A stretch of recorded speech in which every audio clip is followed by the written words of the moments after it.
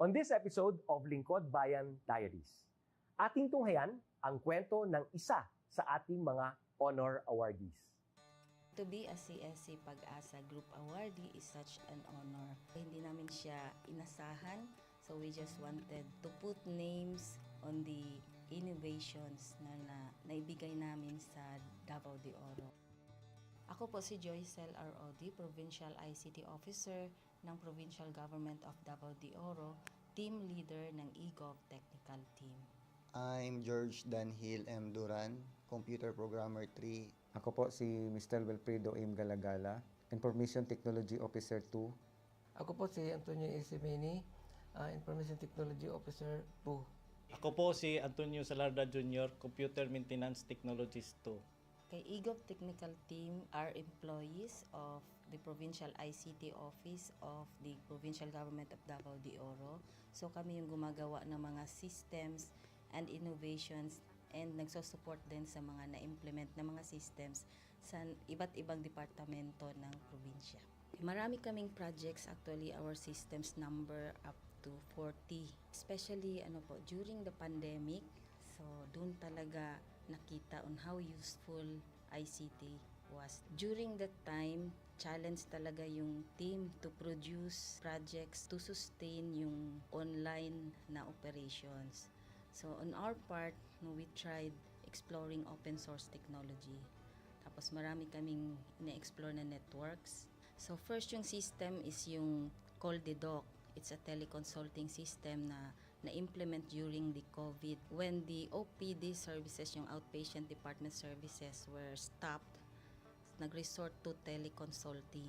Another project mentioned is yung COVID testing information system. So just like any typical molecular laboratory na systems, ito ay data bank ng mga specimens na tinitest, tapos nagbibigay yung system ng result ng mga test. During pandemic, nagamit talaga siya kasi kailangan validated yung result, so QR coded yung aming test result. Isang very challenging project namin is yung household profiling and needs assessment.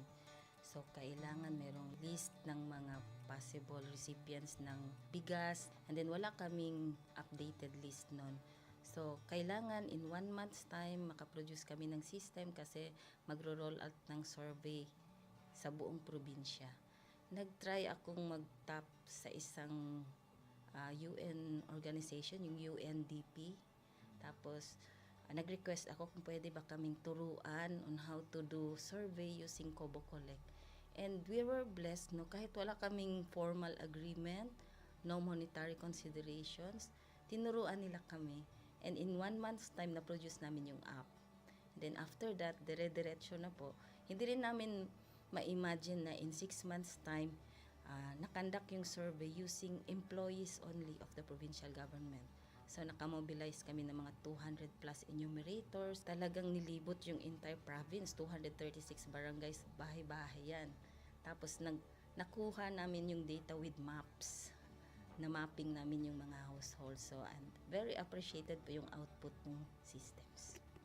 Kami nasa LGU, na-feel namin yung need na dapat ma-institutionalize yung ICT departments. Nasa digital age na tayo, so hindi pwedeng hindi tayo mag-upgrade or mag-adapt ng ICT. So basically yung ICT, nagagamit siya para ma-optimize yung ating mga processes. Aside from that, yung interconnectivity, interoperability ng different offices, napapadali yun through ICT. So, talagang dapat i-leverage yung ICT ng any organization, not just the government. Kung mapansin nyo, lahat ng developed countries is naka-leverage talaga sila sa ICT. Maraming magaling sa Philippines, medyo may problema lang tayo dun sa interconnectivity and interoperability kasi parang nangyari, parang kanya-kanya yung mga LGUs, kanya-kanyang innovations. And if you can see from the national, paiba-iba yung mga systems hanggang dun sa baba. So, yun din isa sa panawagan namin, sana magkaroon ng uniform na standards and protocols in developing systems para hindi masayang yung mga efforts ng mga nasa baba. Okay, my message to my fellow public servants, so let us continue to be a gift. Di ba, pag gift ka, maganda ka, mapapasaya mo yung recipient, kay magiging useful ka sa recipient. So, isa lang yun sa palagi kong isinasa puso, no? Continue to adapt to the change, especially in ICT innovation. Even though marami tayong challenges na related to it, just continue to adapt to the ever-changing progress in technology. Kaya ang masabi ko lang sa mga kawani ng gobyerno, kung trabaho tayo, gawin natin talaga yung nasa puso natin. Gawin mo lang ang dapat mong gawin upang kung ano mang gusto mong maitulong para sa bayan. Na patuloy lang natin ang ating mga mabubuting gawain sa gobyerno para sa ating mga kababayang Pilipino. Kami ang EGOV Technical Team ng Davao de Oro at ito ang aming kwentong lingkod bayani.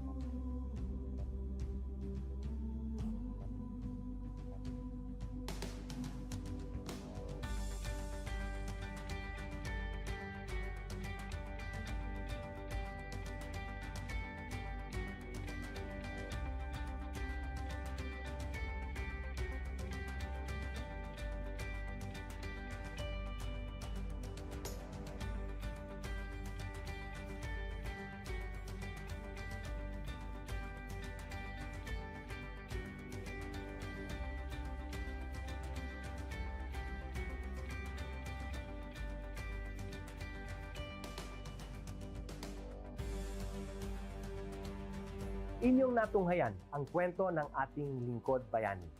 Kung ikaw ay may kilalang lingkod bayani, maaari siyang i-nominate sa Honor Awards Program ng Civil Service Commission.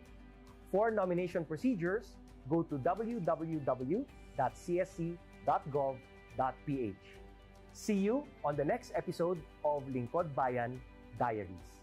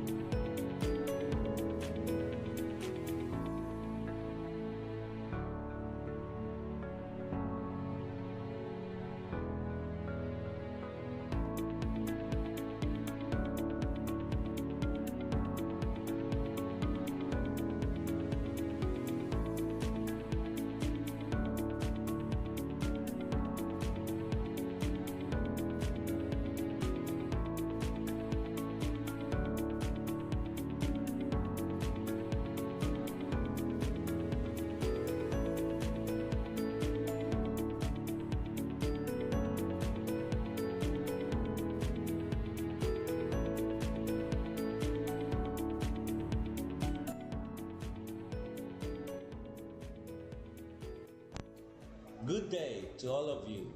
On behalf of the University Registrar's Office, I welcome everyone warmly.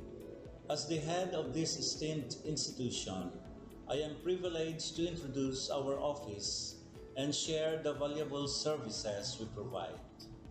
The University Registrar's Office serves as the administrative heart of our university, functioning as a central hub for academic records, student enrollment, and course registration. We are dedicated to supporting the success of our students and personnel by ensuring the smooth operation of all educational processes. Our mission as an academic unit, the University Registrar's Office, will be taking care of the enrollment, graduation, and records management as it takes custody of academic records of all graduates and the issuance of official academic documents of students and graduates. Whether you are a current student, a prospective applicant, a faculty member, or an alumnus, our dedicated team is here to assist you. From guiding you through the enrollment process to helping you access and maintain your academic records, we are committed to providing exceptional service with efficiency and professionalism. In addition to our core responsibilities, we are continually strive to improve our services by embracing technological advancements and streamlining our operations. We aim to enhance accessibility, transparency, and convenience for all clients, allowing you to focus on what matters most, your education and intellectual growth. As University Registrar, I am honored to lead a team of talented professionals passionate about supporting your academic journey. We understand the challenges and aspirations of higher education and are dedicated to serving as your trusted partner throughout your time at our university. In closing, I extend my heartfelt welcome once again. The University Registrar's Office is here to assist, inspire, and empower you as you embark on your intellectual endeavors. We look forward to collaborating with you and contributing to your success in every possible way. Thank you, and may this be the beginning of a remarkable academic journey for each of you as a university for humanity.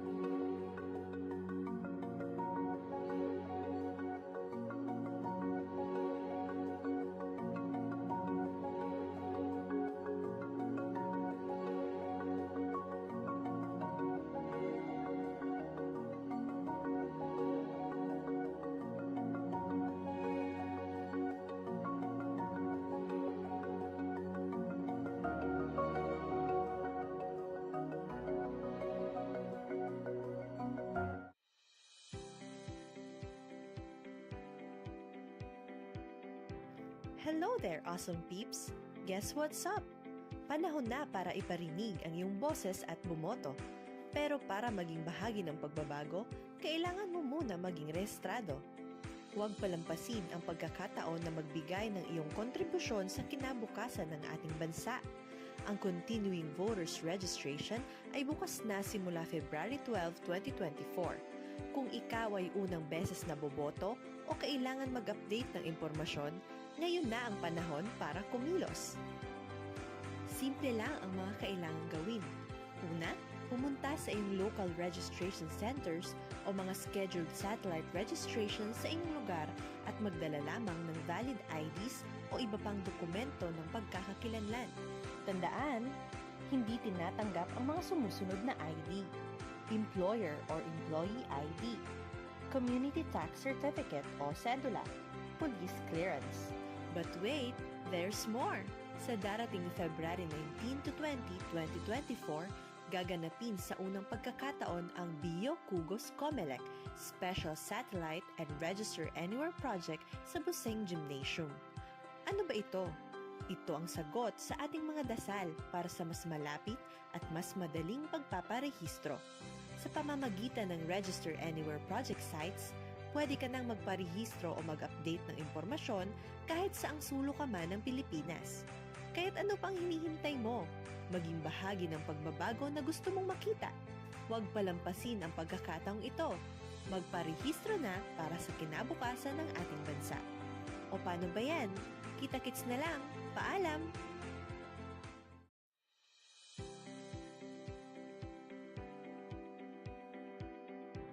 Hello there, awesome peeps! Guess what's up? Panahon na para iparinig ang iyong boses at bumoto. Pero para maging bahagi ng pagbabago, kailangan mo muna maging rehistrado. Huwag palampasin ang pagkakataon na magbigay ng iyong kontribusyon sa kinabukasan ng ating bansa. Ang Continuing Voters Registration ay bukas na simula February 12, 2024. Kung ikaw ay unang beses na boboto o kailangan mag-update ng impormasyon, ngayon na ang panahon para kumilos. Simple lang ang mga kailangang gawin. Una, pumunta sa iyong local registration centers o mga scheduled satellite registration sa inyong lugar at magdala lamang ng valid IDs o iba pang dokumento ng pagkakakilanlan. Tandaan, hindi tinatanggap ang mga sumusunod na ID: Employer or Employee ID, Community Tax Certificate o Cedula, Police Clearance. But wait, there's more! Sa darating February 19 to 20, 2024, gaganapin sa unang pagkakataon ang Bio Kugos Comelec Special Satellite and Register Anywhere Project sa Buseng Gymnasium. Ano ba ito? Ito ang sagot sa ating mga dasal para sa mas malapit at mas madaling pagpaparehistro. Sa pamamagitan ng Register Anywhere Project sites, pwede ka nang magparehistro o mag-update ng impormasyon kahit saang sulok ka man ng Pilipinas. Kaya't ano pang hinihintay mo? Maging bahagi ng pagbabago na gusto mong makita. Huwag palampasin ang pagkakataong ito. Magparehistro na para sa kinabukasan ng ating bansa. O paano ba yan? Kita-kits na lang. Paalam!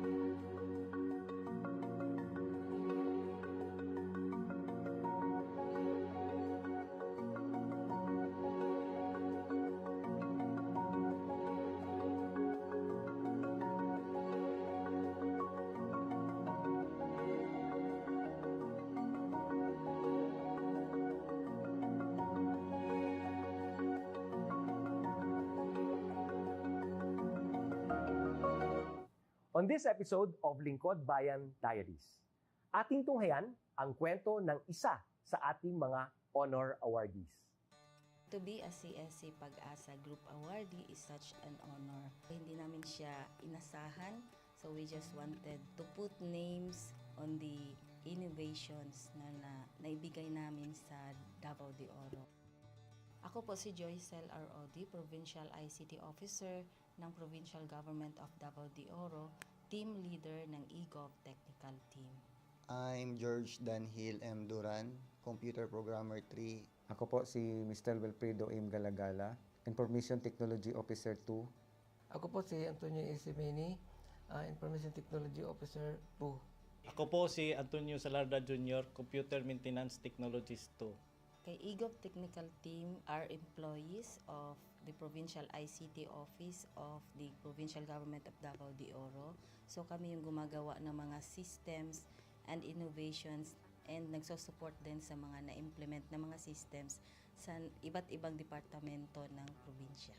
Marami kaming projects, actually our systems number up to 40. Especially during the pandemic, so doon talaga nakita on how useful ICT was. During that time, challenge talaga yung team to produce projects to sustain yung online na operations. So on our part, we tried exploring open source technology. Tapos marami kaming ina-explore na networks. So first yung system is yung CallDedoc. It's a teleconsulting system na na-implement during the COVID. When the OPD services, yung outpatient department services, were stopped, nag-resort to teleconsulting. Another project mentioned is yung COVID testing information system. So just like any typical molecular laboratory na systems, ito ay data bank ng mga specimens na tinitest, tapos nagbibigay yung system ng result ng mga test. During pandemic, nagamit talaga siya kasi kailangan validated yung result. So QR coded yung aming test result. Isang very challenging project namin is yung household profiling and needs assessment. So, kailangan merong list ng mga possible recipients ng bigas, and then wala kaming updated list nun. So, kailangan in 1 month's time makaproduce kami ng system kasi magro-roll out ng survey sa buong probinsya. Nag-try akong mag-tap sa isang UN organization, yung UNDP. Tapos, nag-request ako kung pwede ba kaming turuan on how to do survey using Kobo Collect. And we were blessed, kahit wala kaming formal agreement, no monetary considerations, tinuruan nila kami. And in 1 month's time, na-produce namin yung app. And then after that, dire-diretso na po. Hindi rin namin ma-imagine na in 6 months' time, nakandak yung survey using employees only of the provincial government. So, nakamobilize kami ng mga 200 plus enumerators. Talagang nilibot yung entire province, 236 barangays, bahay-bahay yan. Tapos, nakuha namin yung data with maps. Na-mapping namin yung mga households. So, and very appreciated po yung output ng systems. Kami nasa LGU, na-feel namin yung need na dapat ma-institutionalize yung ICT departments. Nasa digital age na tayo, so hindi pwedeng hindi tayo mag-upgrade or mag-adapt ng ICT. So basically, yung ICT, nagagamit siya para ma-optimize yung ating mga processes. Aside from that, yung interconnectivity, interoperability ng different offices, napapadali yun through ICT. So talagang dapat i-leverage yung ICT ng any organization, not just the government. Kung mapansin nyo, lahat ng developed countries is naka-leverage talaga sila sa ICT. Maraming magaling sa Philippines, medyo may problema lang tayo dun sa interconnectivity and interoperability kasi parang nangyari, parang kanya-kanya yung mga LGUs, kanya-kanyang innovations. And if you can see from the national, paiba-iba yung mga systems hanggang dun sa baba. So, yun din isa sa panawagan namin sana magkaroon ng uniform na standards and protocols in developing systems para hindi masayang yung mga efforts ng mga nasa baba. Okay, my message to my fellow public servants, so let us continue to be a gift. Di ba, pag gift ka, maganda ka, mapapasaya mo yung recipient, kay magiging useful ka sa recipient. So, isa lang yun sa palagi kong isinasa puso, no? Continue to adapt to the change, especially in ICT innovation. Even though marami tayong challenges na related to it, just continue to adapt to the ever-changing progress in technology. Kaya ang masabi ko lang sa mga kawali ng gobyerno, kung trabaho tayo, gawin natin talaga yung nasa puso natin. Gawin mo lang ang dapat mong gawin upang kung ano mang gusto mong maitulong para sa bayan. Na patuloy lang natin ang ating mga mabubuting gawain sa gobyerno para sa ating mga kababayang Pilipino. Kami ang EGOV Technical Team ng Davao de Oro at ito ang aming kwentong Lingkod Bayani.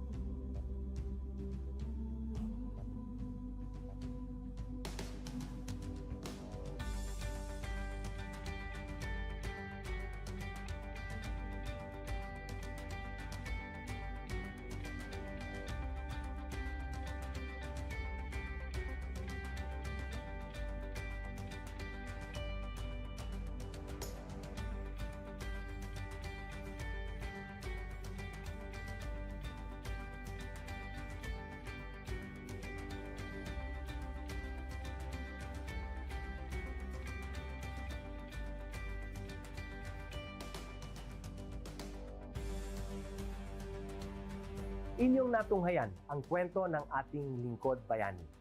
Kung ikaw ay may kilalang lingkod bayani, maaari siyang i-nominate sa Honor Awards Program ng Civil Service Commission. For nomination procedures, go to www.csc.gov.ph. See you on the next episode of Lingkod Bayan Diaries.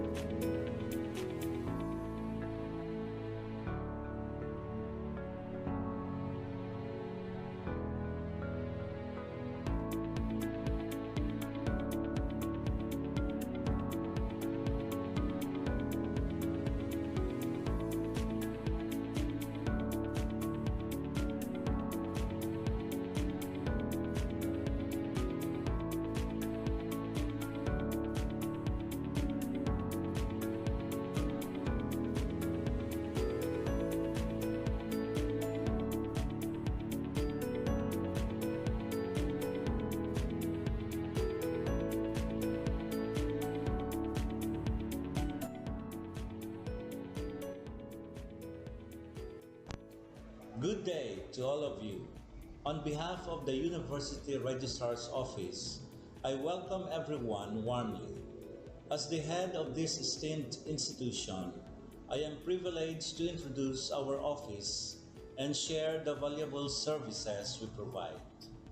The University Registrar's Office serves as the administrative heart of our university, functioning as a central hub for academic records, student enrollment, and course registration. We are dedicated to supporting the success of our students and personnel by ensuring the smooth operation of all educational processes. Our mission as an academic unit, the University Registrar's Office, will be taking care of the enrollment, graduation, and records management as it takes custody of academic records of all graduates and the issuance of official academic documents of students and graduates. Whether you are a current student, a prospective applicant, a faculty member, or an alumnus, our dedicated team is here to assist you. From guiding you through the enrollment process to helping you access and maintain your academic records, we are committed to providing exceptional service with efficiency and professionalism. In addition to our core responsibilities, we are continually strive to improve our services by embracing technological advancements and streamlining our operations. We aim to enhance accessibility, transparency, and convenience for all clients, allowing you to focus on what matters most, your education and intellectual growth. As University Registrar, I am honored to lead a team of talented professionals passionate about supporting your academic journey. We understand the challenges and aspirations of higher education and are dedicated to serving as your trusted partner throughout your time at our university. In closing, I extend my heartfelt welcome once again. The University Registrar's Office is here to assist, inspire, and empower you as you embark on your intellectual endeavors. We look forward to collaborating with you and contributing to your success in every possible way. Thank you, and may this be the beginning of a remarkable academic journey for each of you as a university for humanity.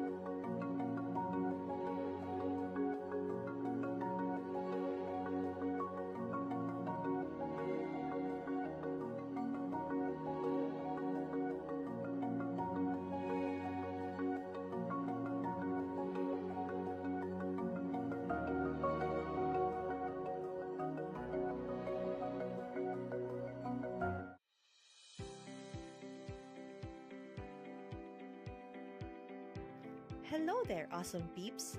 Guess what's up? Panahon na para iparinig ang iyong boses at bumoto. Pero para maging bahagi ng pagbabago, kailangan mo muna maging rehistrado. Huwag palampasin ang pagkakataon na magbigay ng iyong kontribusyon sa kinabukasan ng ating bansa.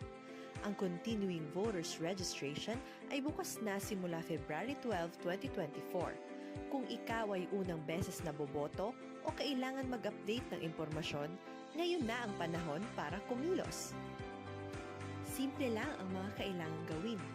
Una, pumunta sa iyong local registration centers o mga scheduled satellite registration sa inyong lugar at magdala lamang ng valid IDs o iba pang dokumento ng pagkakakilanlan.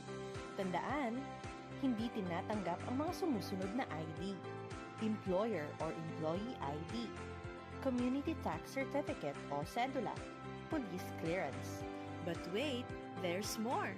Sa darating February 19 to 20, 2024, gaganapin sa unang pagkakataon ang Bio Kugos Comelec Special Satellite and Register Anywhere Project sa Buseng Gymnasium. Ano ba ito?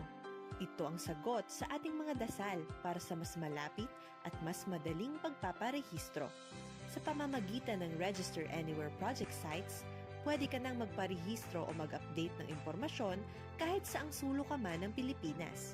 Kahit ano pang hinihintay mo, maging bahagi ng pagbabago na gusto mong makita. Huwag palampasin ang pagkakataong ito. Magparehistro na para sa kinabukasan ng ating bansa. O paano ba yan? Kita-kits na lang. Paalam!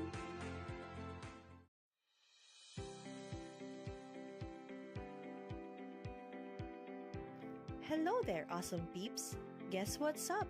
Panahon na para iparinig ang iyong boses at bumoto. Pero para maging bahagi ng pagbabago, kailangan mo muna maging rehistrado. Huwag palampasin ang pagkakataon na magbigay ng iyong kontribusyon sa kinabukasan ng ating bansa.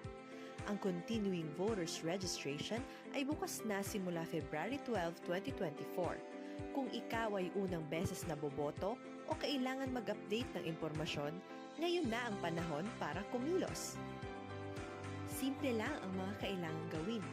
Una, pumunta sa iyong local registration centers o mga scheduled satellite registration sa inyong lugar at magdala lamang ng valid IDs o iba pang dokumento ng pagkakakilanlan.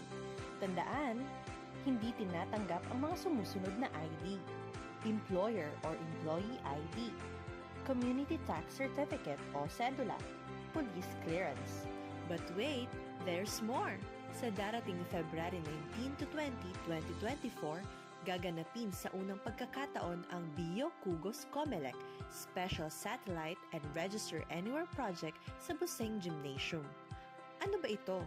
Ito ang sagot sa ating mga dasal para sa mas malapit at mas madaling pagpaparehistro. Sa pamamagitan ng Register Anywhere Project sites, pwede ka nang magparehistro o mag-update ng impormasyon kahit saang sulok ka man ng Pilipinas. Kahit ano pang hinihintay mo, maging bahagi ng pagbabago na gusto mong makita. Huwag palampasin ang pagkakataong ito. Magparehistro na para sa kinabukasan ng ating bansa. O paano ba yan? Kita-kits na lang. Paalam!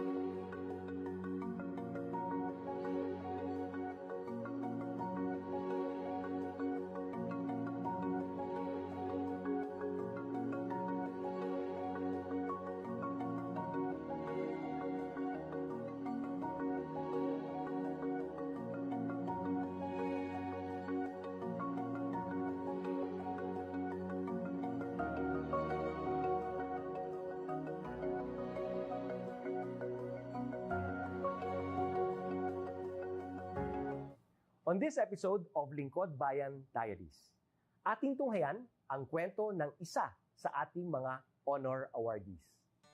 To be a CSC Pag-asa Group Awardee is such an honor. Hindi namin siya inasahan, so we just wanted to put names on the innovations na naibigay namin sa Davao de Oro. Ako po si Joycel R. Odi, Provincial ICT Officer ng Provincial Government of Davao de Oro, Team Leader ng eGov Technical Team.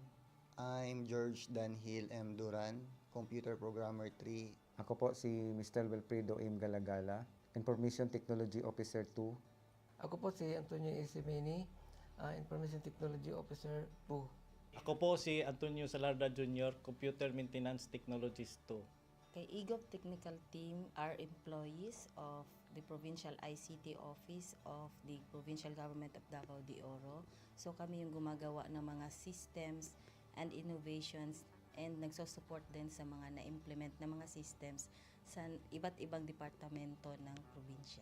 Marami kaming projects, actually our systems number up to 40. Especially during the pandemic, so doon talaga nakita on how useful ICT was. During that time, challenge talaga yung team to produce projects to sustain yung online na operations.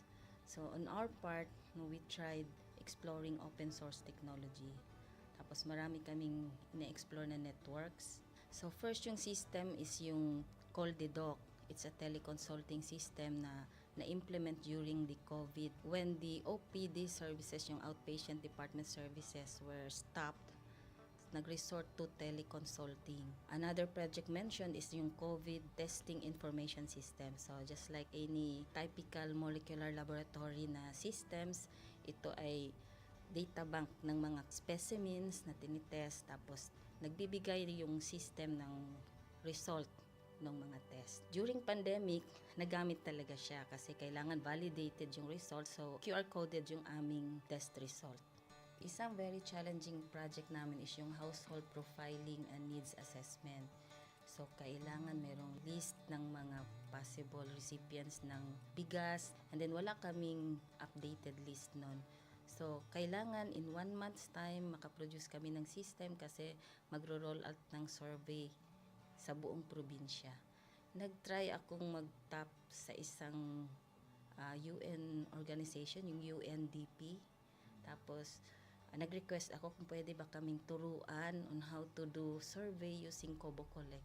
And we were blessed, kahit wala kaming formal agreement, no monetary considerations, tinuruan nila kami.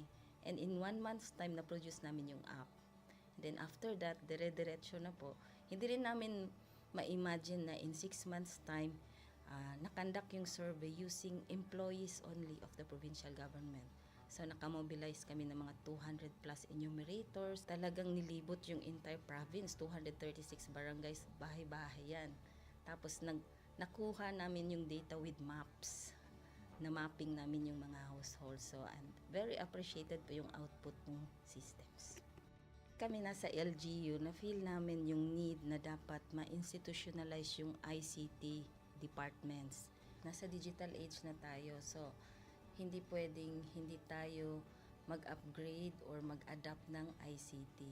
So basically, yung ICT, nagagamit siya para ma-optimize yung ating mga processes.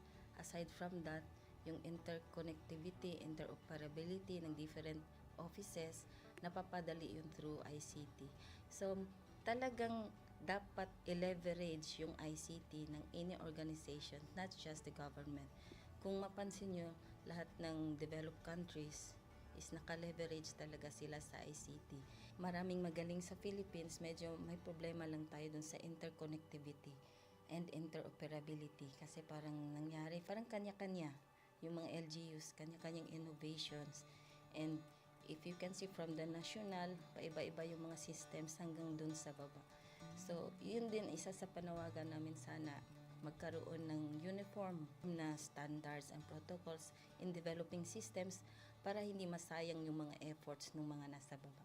Okay, my message to my fellow public servants, so let us continue to be a gift. Di ba, pag gift ka, maganda ka, mapapasaya mo yung recipient, kay magiging useful ka sa recipient. So, isa lang yun sa palagi kong isinasa puso, no? Continue to adapt to the change, especially in ICT innovation. Even though marami tayong challenges na related to it, just continue to adapt to the ever-changing progress in technology. Kaya ang masabi ko lang sa mga kawani ng gobyerno, kung trabaho tayo, gawin natin talaga yung nasa puso natin. Gawin mo lang ang dapat mong gawin upang kung ano mang gusto mong maitulong para sa bayan.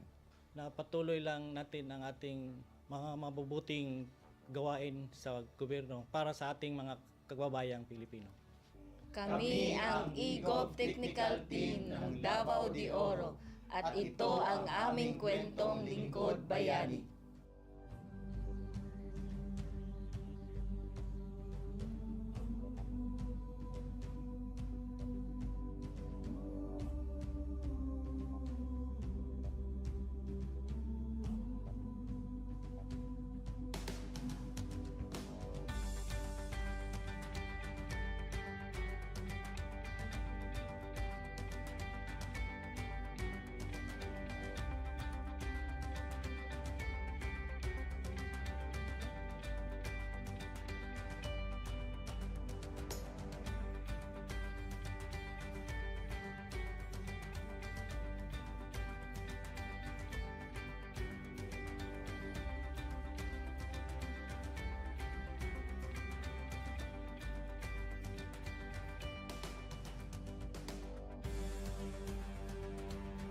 Inyong natunghayan ang kwento ng ating lingkod bayani. Kung ikaw ay may kilalang lingkod bayani, maaari siyang i-nominate sa Honor Awards Program ng Civil Service Commission. For nomination procedures, go to www.csc.gov.ph. See you on the next episode of Lingkod Bayan Diaries.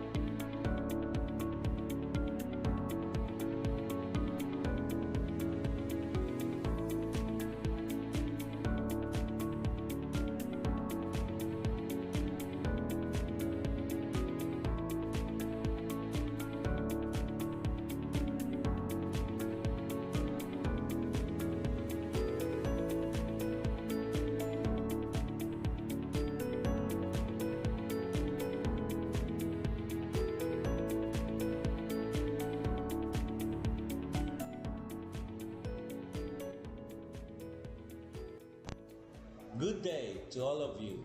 On behalf of the University Registrar's Office, I welcome everyone warmly. As the head of this esteemed institution, I am privileged to introduce our office and share the valuable services we provide. The University Registrar's Office serves as the administrative heart of our university, functioning as a central hub for academic records, student enrollment, and course registration.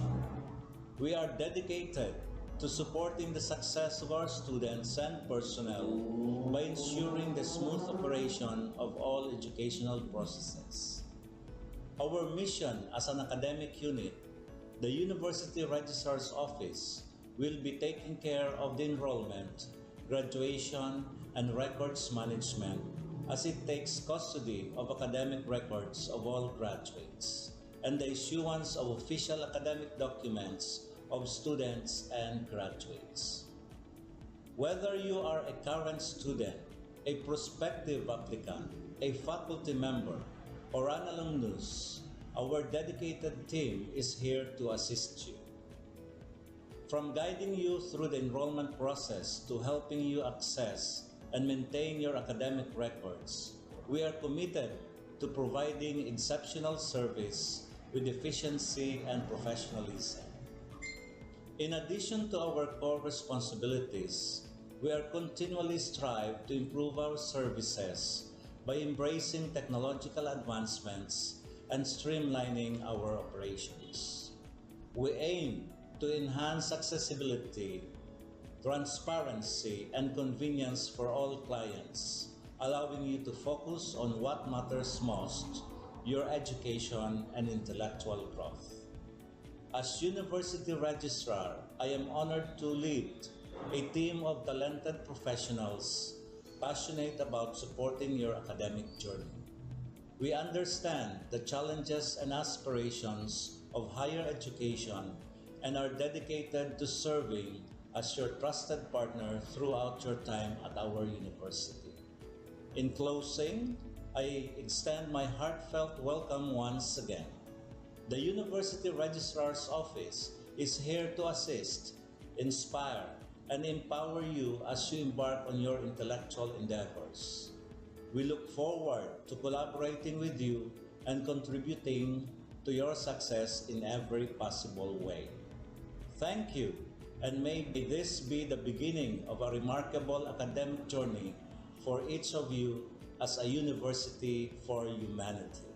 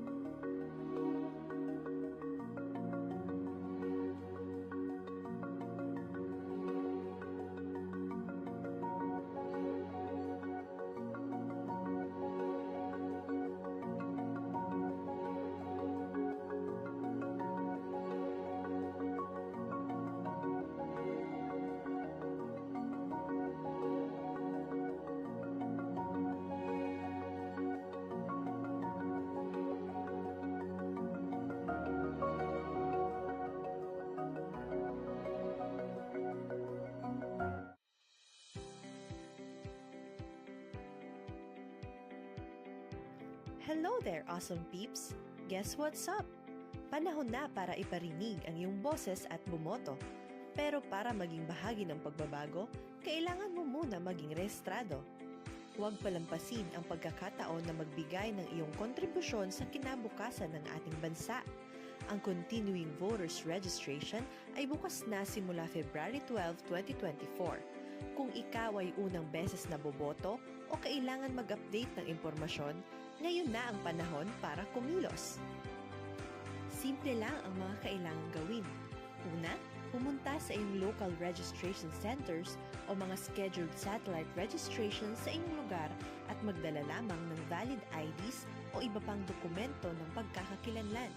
Tandaan, hindi tinatanggap ang mga sumusunod na ID: Employer or Employee ID, Community Tax Certificate o Cedula, Police Clearance. But wait, there's more! Sa darating February 19 to 20, 2024, gaganapin sa unang pagkakataon ang Bio Kugos Comelec Special Satellite and Register Anywhere Project sa Buseng Gymnasium. Ano ba ito? Ito ang sagot sa ating mga dasal para sa mas malapit at mas madaling pagpaparehistro. Sa pamamagitan ng Register Anywhere Project sites, pwede ka nang magparehistro o mag-update ng impormasyon kahit saang sulok ka man ng Pilipinas. Kaya't ano pang hinihintay mo? Maging bahagi ng pagbabago na gusto mong makita. Huwag palampasin ang pagkakataong ito. Magparehistro na para sa kinabukasan ng ating bansa. O paano ba yan? Kita-kits na lang. Paalam!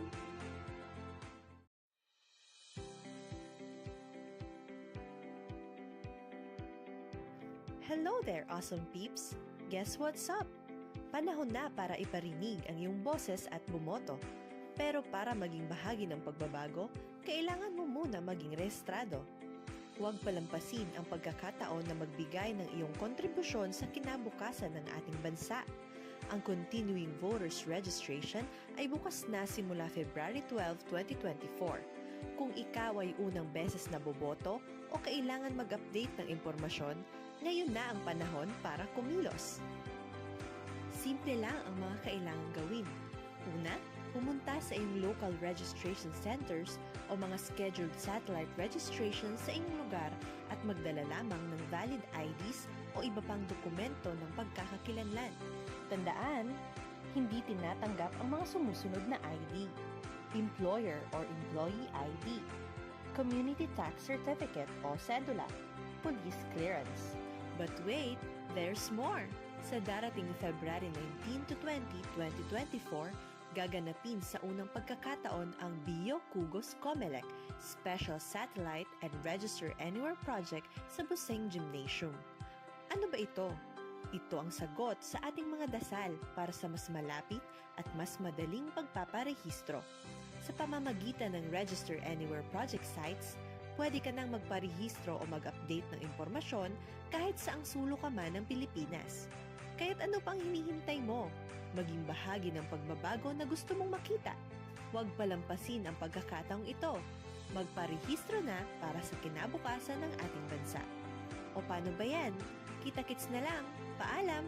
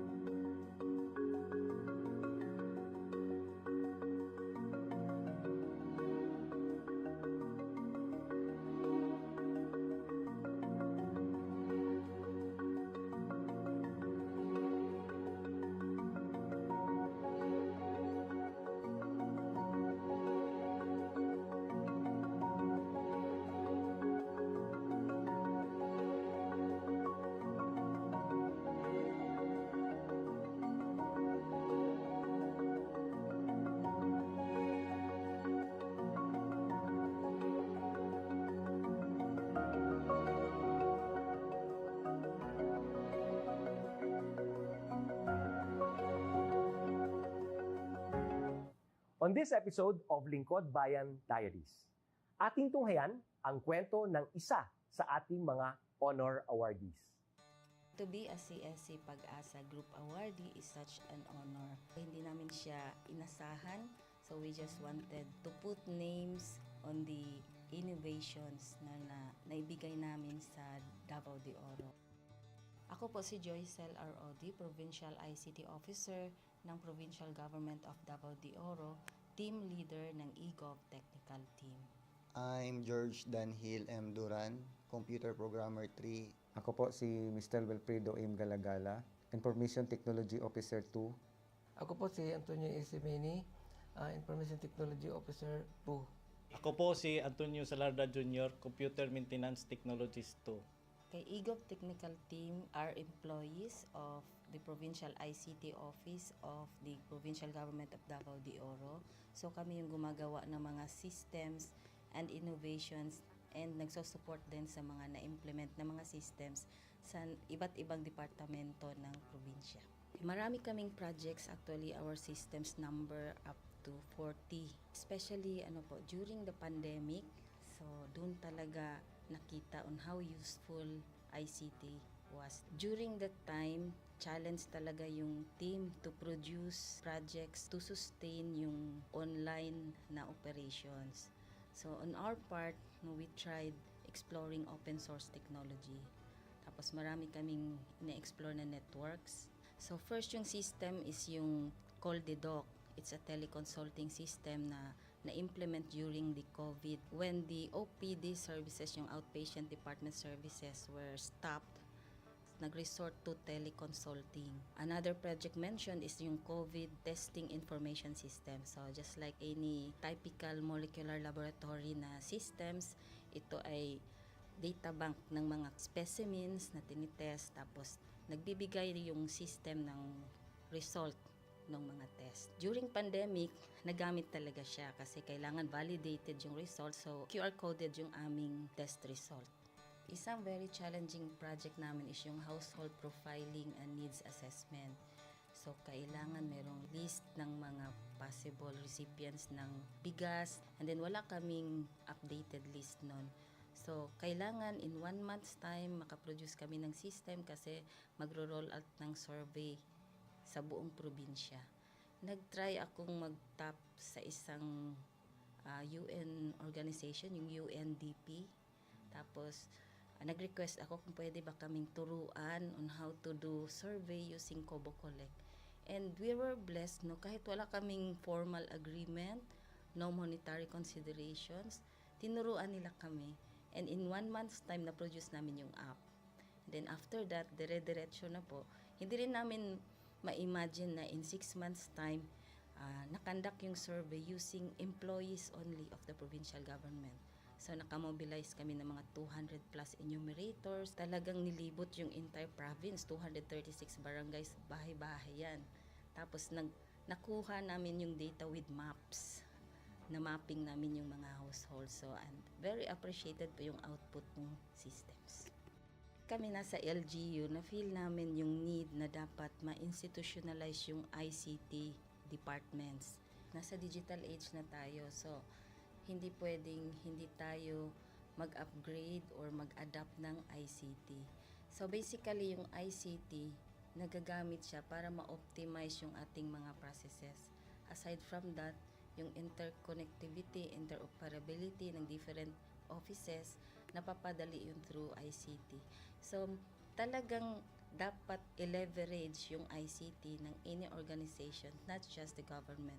Kung mapansin nyo, lahat ng developed countries is naka-leverage talaga sila sa ICT. Maraming magaling sa Philippines, medyo may problema lang tayo dun sa interconnectivity and interoperability kasi parang nangyari, parang kanya-kanya yung mga LGUs, kanya-kanyang innovations. And if you can see from the national, paiba-iba yung mga systems hanggang dun sa baba. So, yun din isa sa panawagan namin sana magkaroon ng uniform na standards and protocols in developing systems para hindi masayang yung mga efforts ng mga nasa baba. Okay, my message to my fellow public servants, so let us continue to be a gift. Di ba, pag gift ka, maganda ka, mapapasaya mo yung recipient, kay magiging useful ka sa recipient. So, isa lang yun sa palagi kong isinasa puso, no? Continue to adapt to the change, especially in ICT innovation. Even though marami tayong challenges na related to it, just continue to adapt to the ever-changing progress in technology. Kaya ang masabi ko lang sa mga kawani ng gobyerno, kung trabaho tayo, gawin natin talaga yung nasa puso natin. Gawin mo lang ang dapat mong gawin upang kung ano mang gusto mong maitulong para sa bayan. Na patuloy lang natin ang ating mga mabubuting gawain sa gobyerno para sa ating mga kababayang Pilipino. Kami ang eGov Technical Team ng Davao de Oro at ito ang aming kwentong Lingkod Bayani.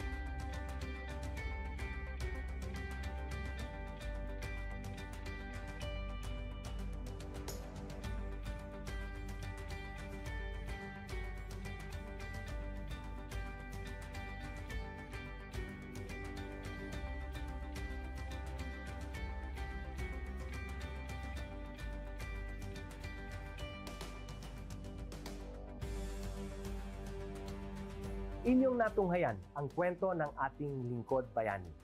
Kung ikaw ay may kilalang lingkod bayani, maaari siyang i-nominate sa Honor Awards Program ng Civil Service Commission. For nomination procedures, go to www.csc.gov.ph. See you on the next episode of Lingkod Bayan Diaries.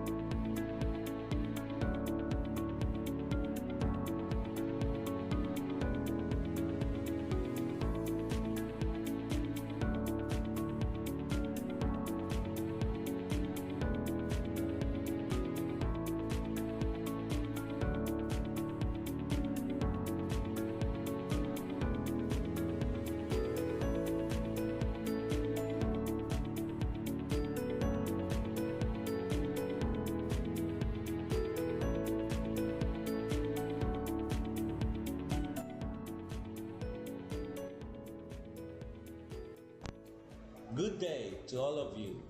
On behalf of the University Registrar's Office, I welcome everyone warmly.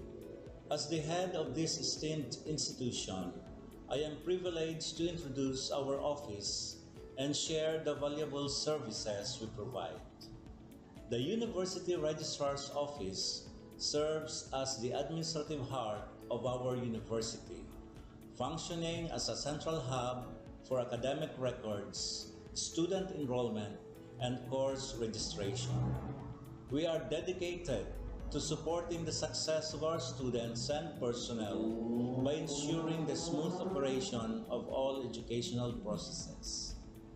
Our mission as an academic unit, the University Registrar's Office, will be taking care of the enrollment, graduation, and records management as it takes custody of academic records of all graduates and the issuance of official academic documents of students and graduates. Whether you are a current student, a prospective applicant, a faculty member, or an alumnus, our dedicated team is here to assist you. From guiding you through the enrollment process to helping you access and maintain your academic records, we are committed to providing exceptional service with efficiency and professionalism.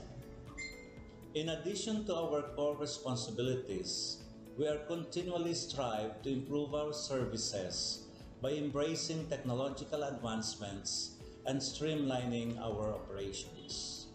We aim to enhance accessibility, transparency, and convenience for all clients, allowing you to focus on what matters most, your education and intellectual growth. As University Registrar, I am honored to lead a team of talented professionals passionate about supporting your academic journey. We understand the challenges and aspirations of higher education and are dedicated to serving as your trusted partner throughout your time at our university. In closing, I extend my heartfelt welcome once again. The University Registrar's Office is here to assist, inspire, and empower you as you embark on your intellectual endeavors.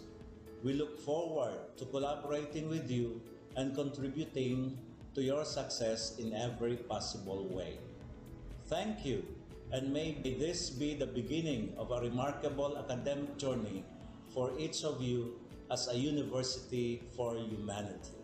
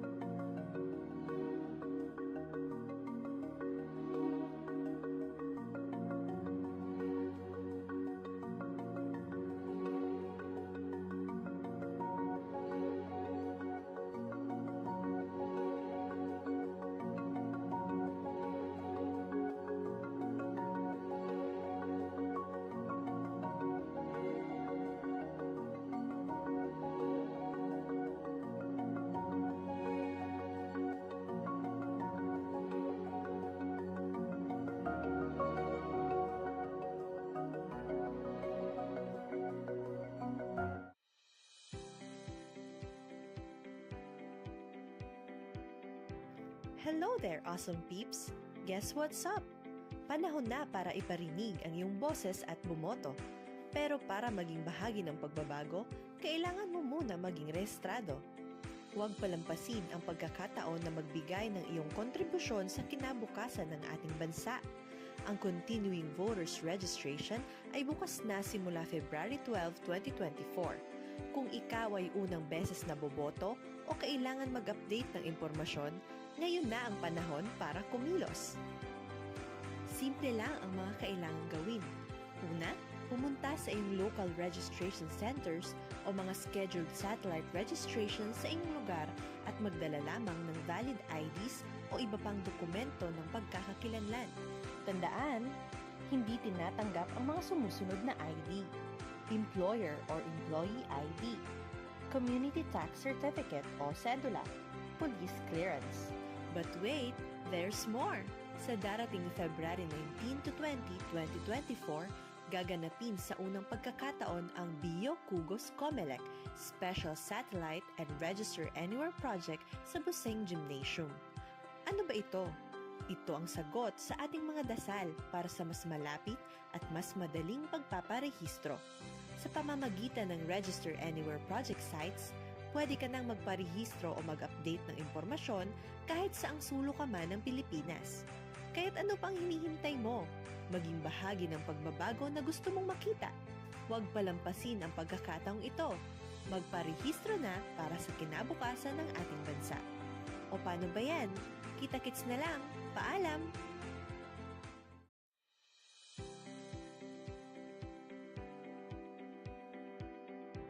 Hello there, awesome peeps! Guess what's up? Panahon na para iparinig ang iyong boses at bumoto. Pero para maging bahagi ng pagbabago, kailangan mo muna maging rehistrado.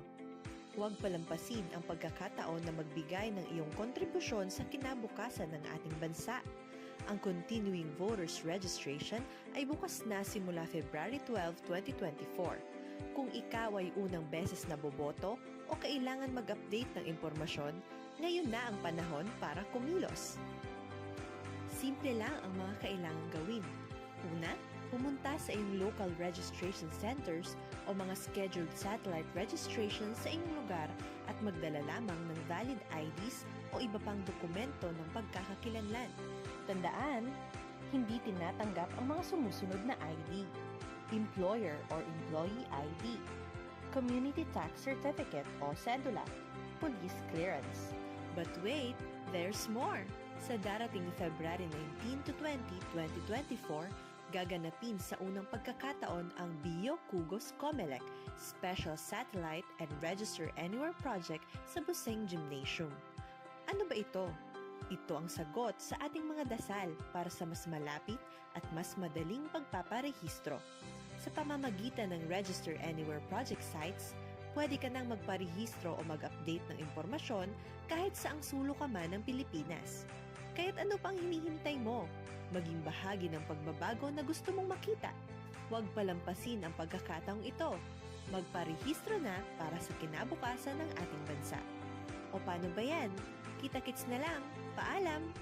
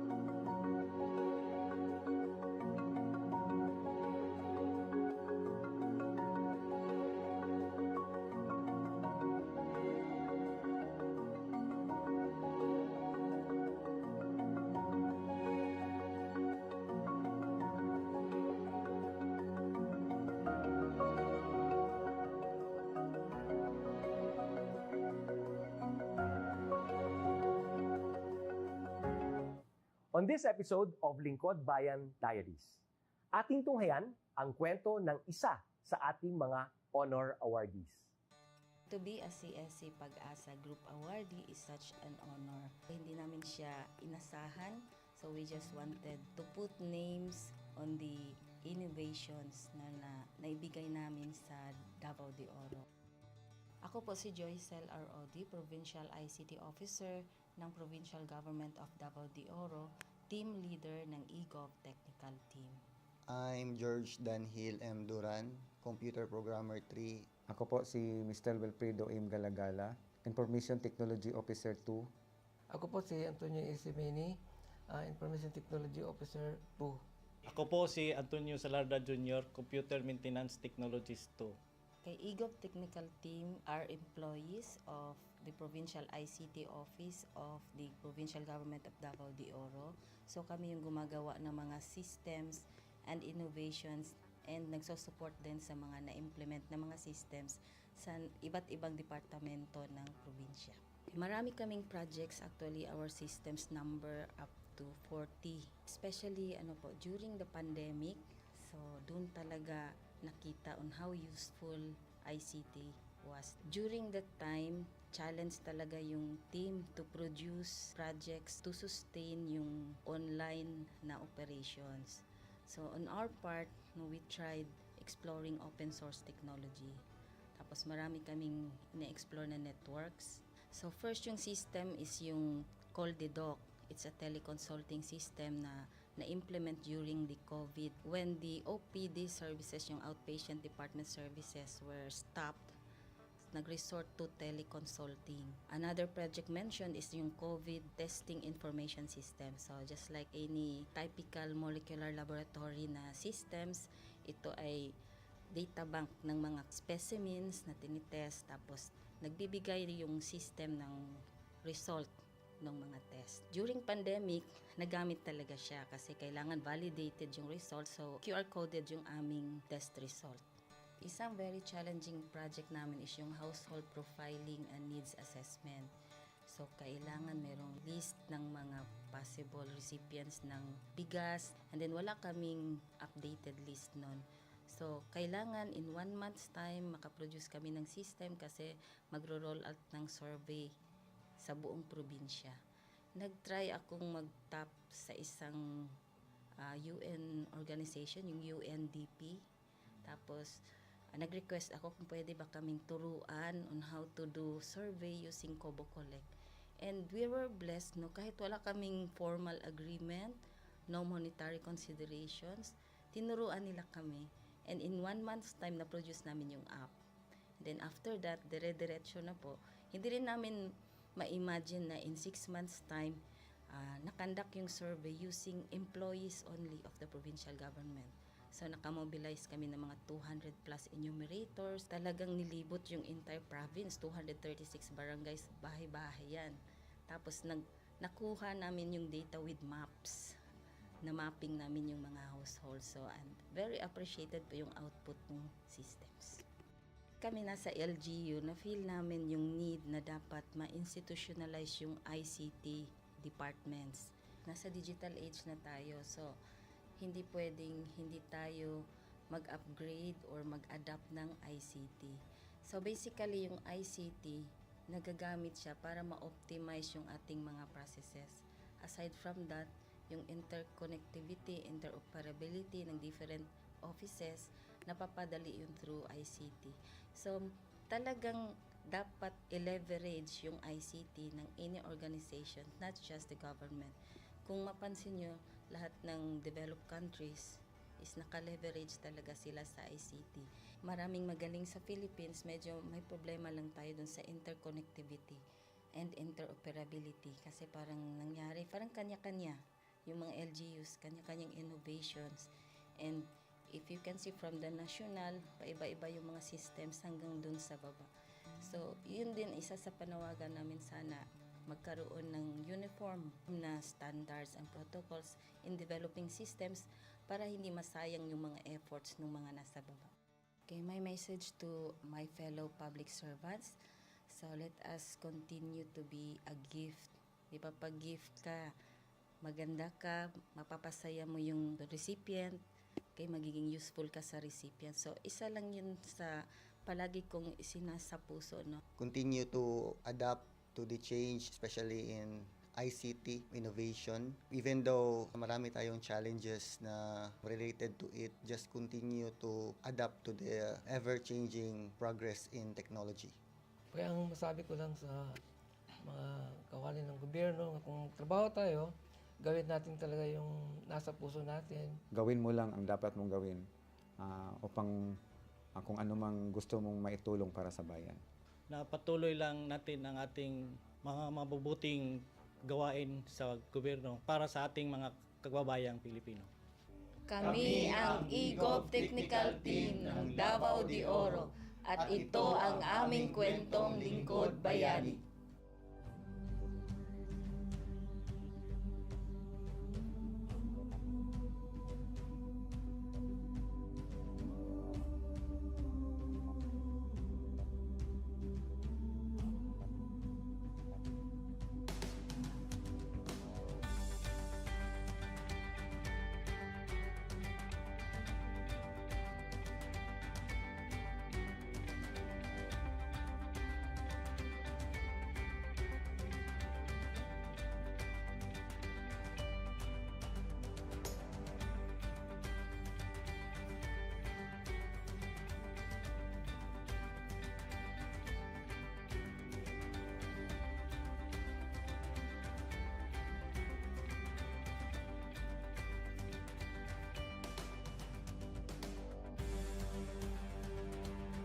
Inyong natunghayan ang kwento ng ating lingkod bayani. Kung ikaw ay may kilalang lingkod bayani, maaari siyang i-nominate sa Honor Awards Program ng Civil Service Commission. For nomination procedures, go to www.csc.gov.ph. See you on the next episode of Lingkod Bayan Diaries.